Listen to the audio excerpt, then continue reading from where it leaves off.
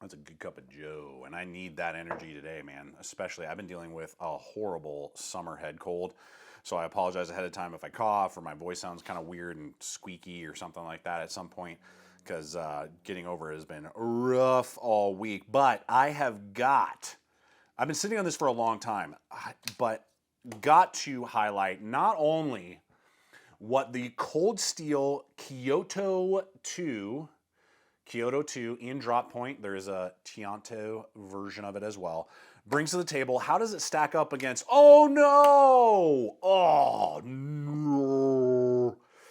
the mini leather neck? I bought both of these a long time ago and just have never gotten around to it.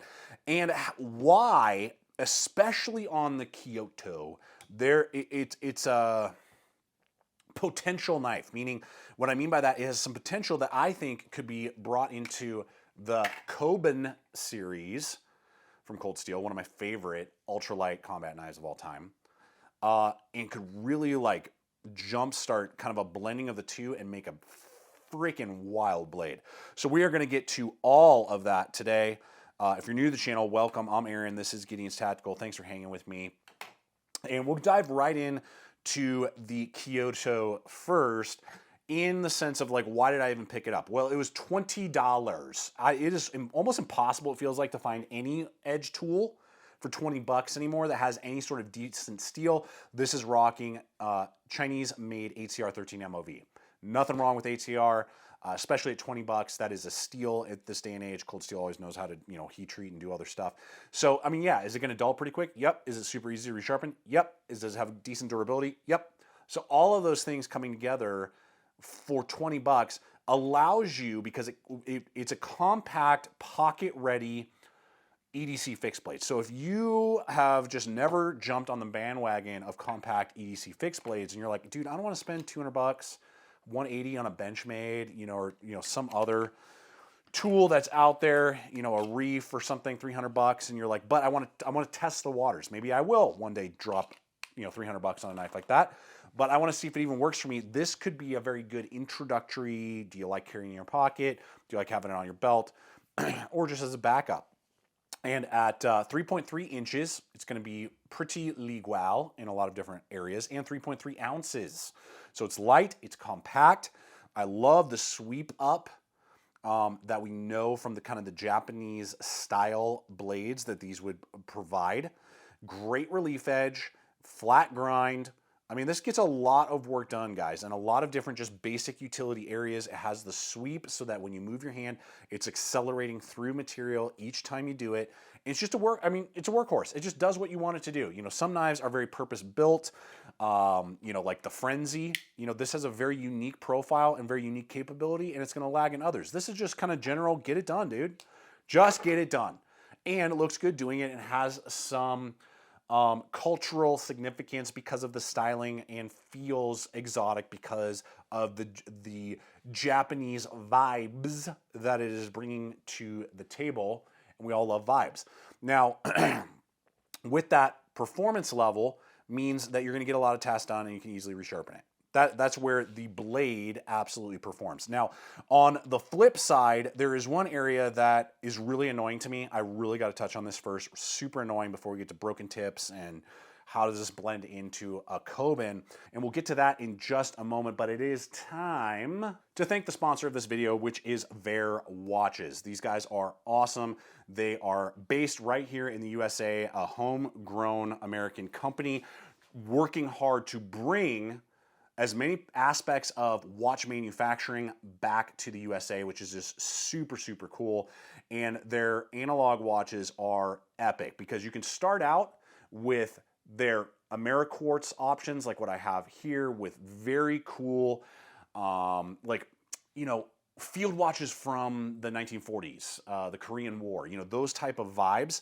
And you're gonna get excellent performance to value. But then if you like having different power sources, and then you have the choice in solar power, and then you have choices also in their automatic watches. And I have the litany across the board, and I've been using them now for over 6 months and have just been really impressed with what these bring to the table, along with so many other just features, face types that you can go with, dive watches. So if you are looking to jumpstart your watch game, I highly recommend taking a look at their watches. And as an added bonus, if you subscribe to their email list, then you get 10% off your first purchase. So great performance, great value, and are bringing a lot to the table in this watch timepiece arena.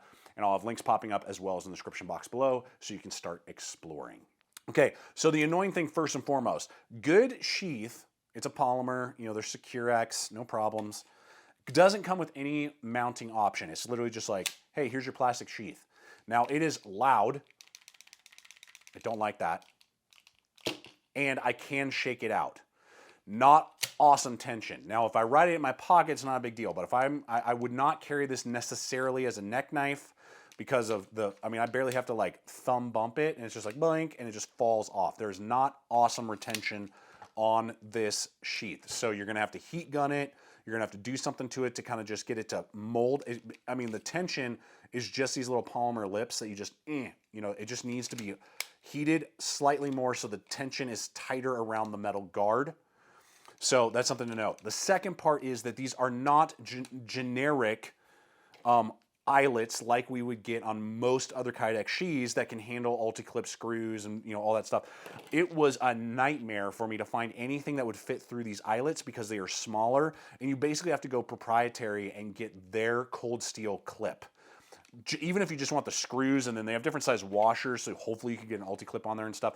That was kind of annoying, not cool, thumbs down. I mean, the SecureX on the cold steel KOBUN, I mean, those are normal generic eyelets that will handle that. I don't know why they're doing the shrunk down teeny weeny stuff. I didn't like that. They do that on all of these like mini neck knives. The leather neck is mini leather neck's gonna be like that, and they have a few other models.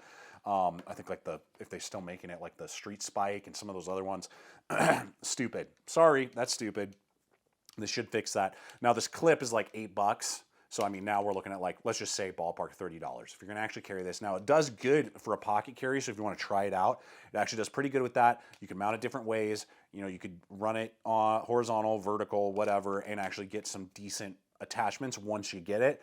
But that's basically annoying. That's proprietary in my opinion, or you're gonna have to like, I don't even know where you would get those type of size screws and bolts. So that's me on the front. The sheath is definitely like, needs some work, and dumb that they don't give you just normal generic eyelets because it was a nightmare to do that. Okay, boom, that's the annoying part, and that would be the same on this mini leather neck.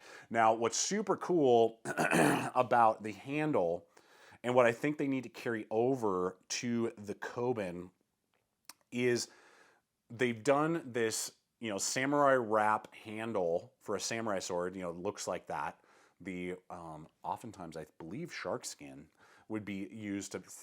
So what it does is it gives you a thin profile, but then you get these hills and valleys.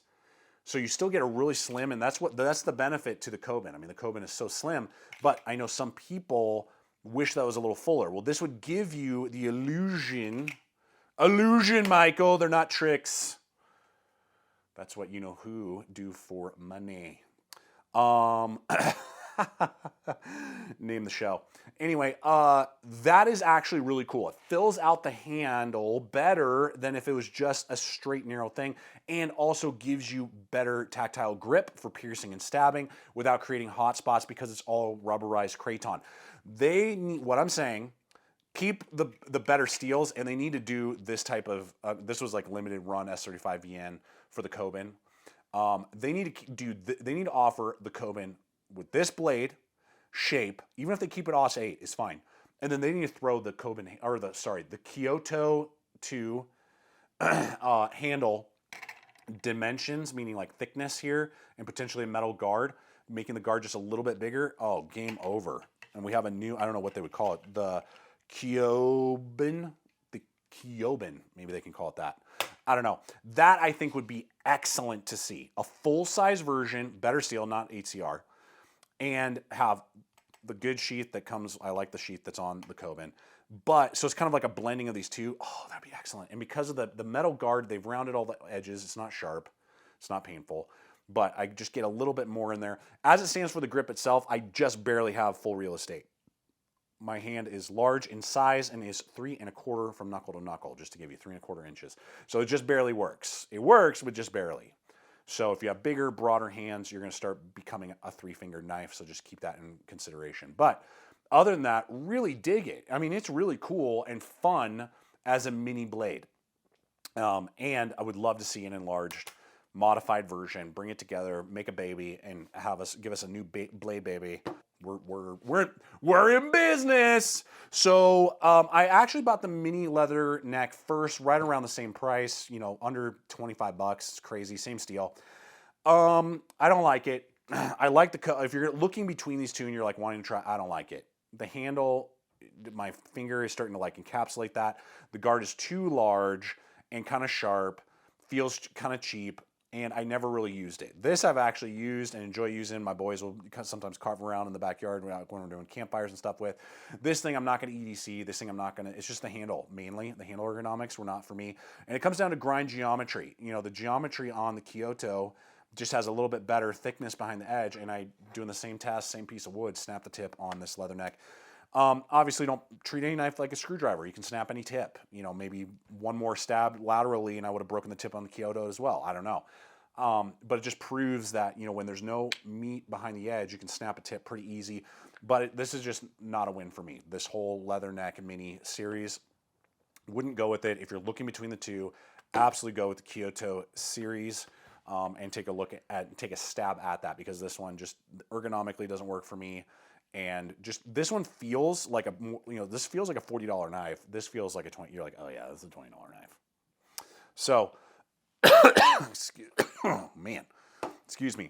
So there it is, guys. The KYOTO 2. Leave a comment if you have been using this blade. How does it perform for you? Your favorite blade shape? If you like this sweeping, I call that a trailing point. They call it a drop point, or tanto design, and your thoughts on should they combine these two and make us a brand new KOBUN Mashi Maru Part 2. Appreciate you guys. Check out the other videos. Subscribe if you haven't. Until next time, always remember, stay equipped, stay prepared. See you out there.